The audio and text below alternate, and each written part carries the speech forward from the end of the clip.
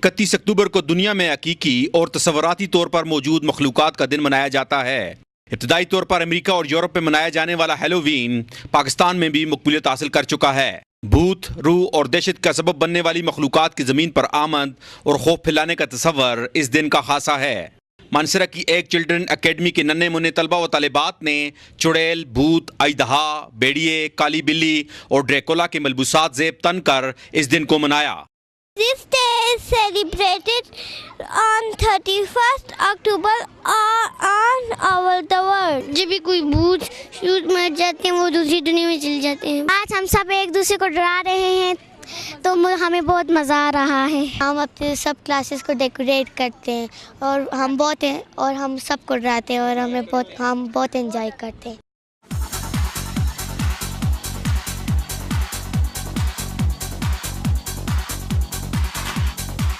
ये मनाजर किसी ड्राउनी फिल्म के नहीं बल्कि लाहौर में होने वाले एक फैशन शो के हैं। अपनी नौइयत के मुनफरद फैशन शो में किसी मॉडल ने जंगजू का रूप धारा तो कोई बना सरकटा इंसान। ये सब कुछ नजर आया लाहौर के मुकामी होटल में, जहां हैलोवीन की थीम को रैंप पर पेश किया गया।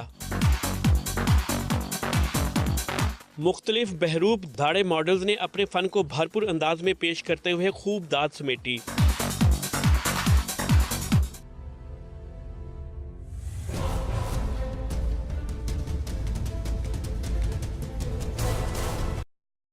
हजरात के शौक, कुछ खवातीन की भी बात कर लेते हैं। फैसलाबाद में खवातीन के लिए हॉलोवन नाइट का शानदार एहतमाम किया गया। मुख्तलिफ फेस पेंटिंग्स और खाने पीने के स्टॉल्स खवातीन की तवज्जो का मरकज बने रहे। रिपोर्ट कर रही हैं शाइस्ता शेख।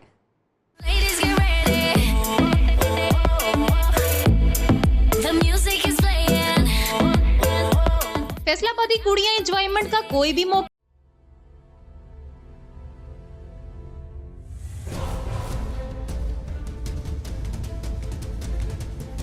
बड़ी अजीब सी आज बात करने जा रहा हूं और ये बात अभी तक किसी चैनल पे नहीं हुई।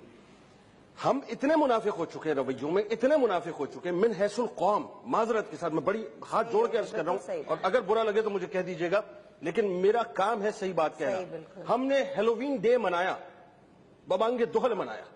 आप मुझे बताइए कि आपकी कौन सी तहजीब, कौन सा माशरा, कौन सा कल्चर जो है वो इस बात की इजाजत देता है कि आप पाकिस्तान जैसे इस्लामिक मुल्क के अंदर जो है हैलोवीन डे मनाएं। हो गया, आपने अपनी पाकिस्तान की तहजीब और उसकी कब्र के ऊपर एक कील ठोकी। अब आइए दूसरी तरफ, आपने ब्लैक फ्राइडे मनाया। आप सोचिए इस पाकिस्तान के अंदर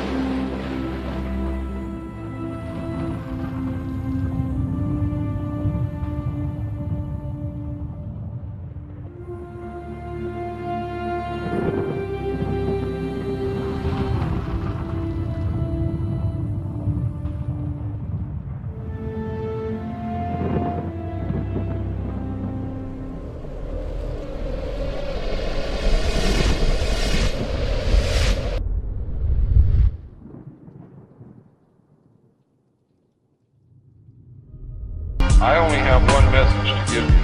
I don't care what you think of me. I don't care what you call me. I do care what you do with this information because it is important to our survival as a species.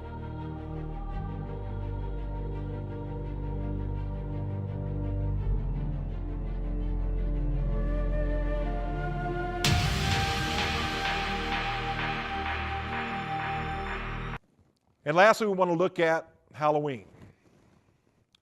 This is a time that I hate with a passion. Because for 7.5 years, as a high priest in Satanism, that was one of the days that was looked forward to. In Wicca, in the occult, in Satanism, every one of those, it's Samhain or Halloween is the day, the night that is celebrated the most. It is also a day when human sacrifice is celebrated. Now, kids look at it as a time of going from door to door trick-or-treating. And it's a time again of getting. Because the whole premise of Halloween is to go from door to door, knock on the door, say trick-or-treat, and you get candy in your bag. Hopefully. Okay? I always wonder what would happen if you walked up and went trick or treat, and they went, oh, trick, and shut the door on you. Probably. But Halloween is a time when kids look the most to being something other than themselves.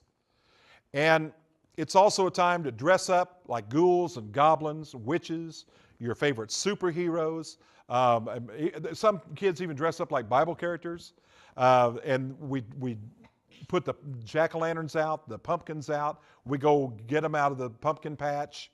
You know, we go on the hay rack rides where we can get the pumpkins and go carve faces into them. And it's a night of fear. And see, we celebrate fear because people like to be afraid. But is there another agenda behind Halloween? Is it all fun and games, or is it something else? Because see, there's a darker side to Halloween. Not just the dressing up in the costumes, not just the going door to door and asking for candy, or stealing other kids' candy. There's a hidden agenda behind it. There's a dark secret behind it. And what we have to do is we have to look behind the eyes of this celebration, and we have to see what it's really all about. And again, if we can say that these things glorify Jesus, that these things bring edification to the body of Christ, that it's okay to celebrate. But the trick-or-treat to Halloween is not worth the price to pay. You see, when Lucifer was cast out of heaven because of his pride, because of his black heart, because he wanted to sit on the throne of God, he first thought, why shouldn't I be a God? And then he said, why shouldn't I be God? And the Bible says that he took with him 1/3 of the stars.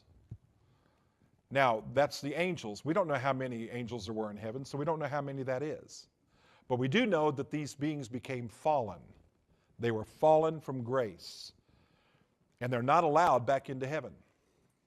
Satan has he has access to the throne of God. Even to today, he goes before God and accuses us. That's why he's called Satan, the accuser of the brethren. He has access to the throne of God where he can go in and accuse us, but he doesn't have access to go back in and take over his angelic authority again. You see, after Ezekiel, when Lucifer fell, nowhere else in Scripture is he ever referred to as an angelic cherub, as a special or anointed cherub as he was in Ezekiel. And so Lucifer, coming down to heaven, or coming down from heaven, coming down to the earth, said, I've got to find a way to get back at the Creator. Well, now creation can't destroy its Creator. But he said, what I will do is I will destroy the creation, us. And so that's why you have things like addictions, That's why you have suicides, young deaths, because this is a way that the fallen angels get the creation to be destroyed by destroying themselves.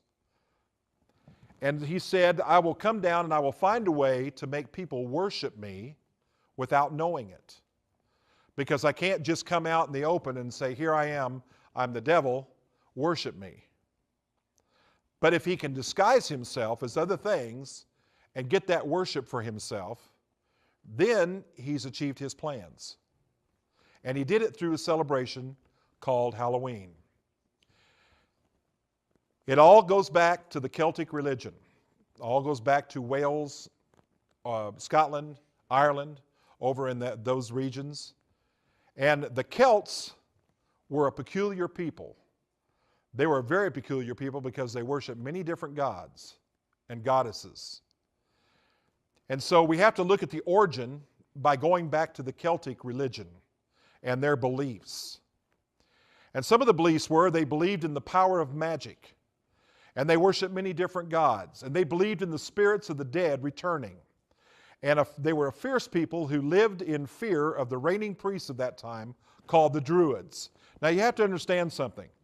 These people are so afraid of the druids, because that's the religious priests, they are so afraid of them that they will give their lives if the druids tell them to. That's how much they fear them. They are very ritualistic. They practice witchcraft. They practice seeing, looking into the future, spells, and they look to omens to tell them their future. And these priests were also known as the mighty men of oak because they carried oak staffs, and they believed that these staffs contained magical powers that they could call on at will. And they practiced human sacrifice as homage to their gods in return for favors that year. That's the Yule. Remember, we talked about Christmas time and how the Yule was whether or not the gods that had been, or the sacrifices that had been made on Samhain had been accepted or not. And these sacrifices were made on their most celebrated day called Samhain.